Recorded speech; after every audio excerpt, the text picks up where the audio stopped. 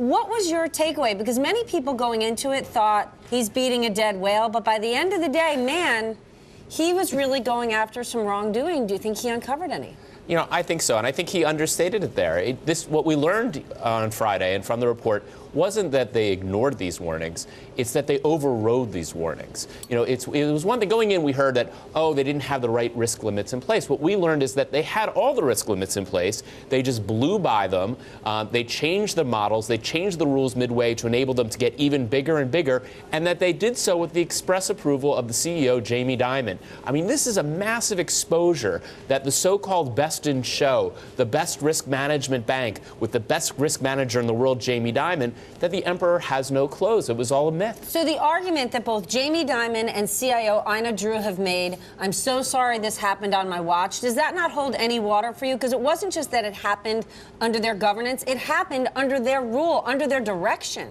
Yeah, and but part of the problem was the initial sort of apology was, oh, like I think Dimon was saying, oh, I just trusted people too much, and that was my flaw, and I didn't check things enough. But now we know that might not be the case, that we know that when he was going out making the famous tempest in a teapot statement while his CFO stood by and said a number of things to reassure the markets, that they knew things that were inconsistent with those statements. So this isn't just April 11th to April 13th. Right. It's not just I'm sorry, I should have known better. The real question is how honest, how transparent were they being, not just with their regulators and but with their investors themselves. So Neil, what risks in your mind does that, if any, does that present to JPMorgan and perhaps Jamie Dimon himself?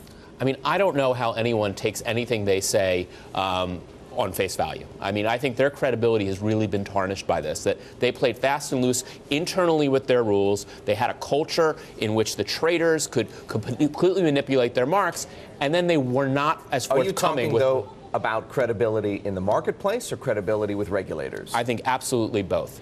And I think that's also another real issue here is the way that they treated the regulators. This arrogance, this condescension towards their regulators, but they called them stupid. I mean, Dimon unilaterally cutting off access to P&L reports because he didn't think that they were trustworthy. And when it came time to bring them back, questioning the regulators, well, what do you even need this information for? I mean, this is outrageous behavior.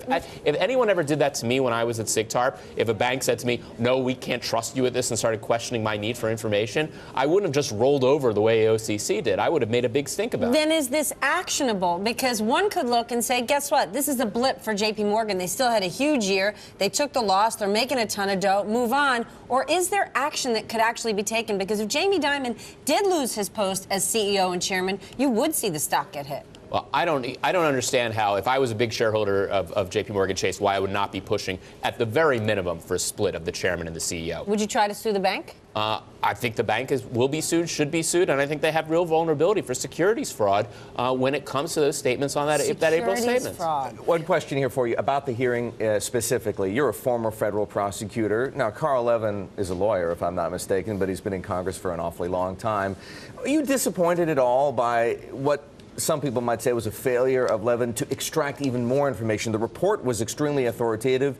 The hearing just didn't produce that much more. I think he did a good job. In the real world, we don't have Perry Mason moments. When you have a long trial, where this type of evidence would be developed, it'd be a lot more than 7 hours per witness. And I think given the compressed time frame and the reality of cross-examination, I thought Levin... And the fact that he was doing it by himself for the most part. Yeah, I think Levin did a tremendous job. I think there's a little bit too much TV watching that we expect that within 35 seconds... Stamina for that little guy. He really did an expert job, and he did it methodically in a very compressed time frame. I think he did a tremendous job. I think there's this earning to have witnesses breaking down in tears and confessing to fraud. I mean, these are very heavily lawyered up people who were well prepared.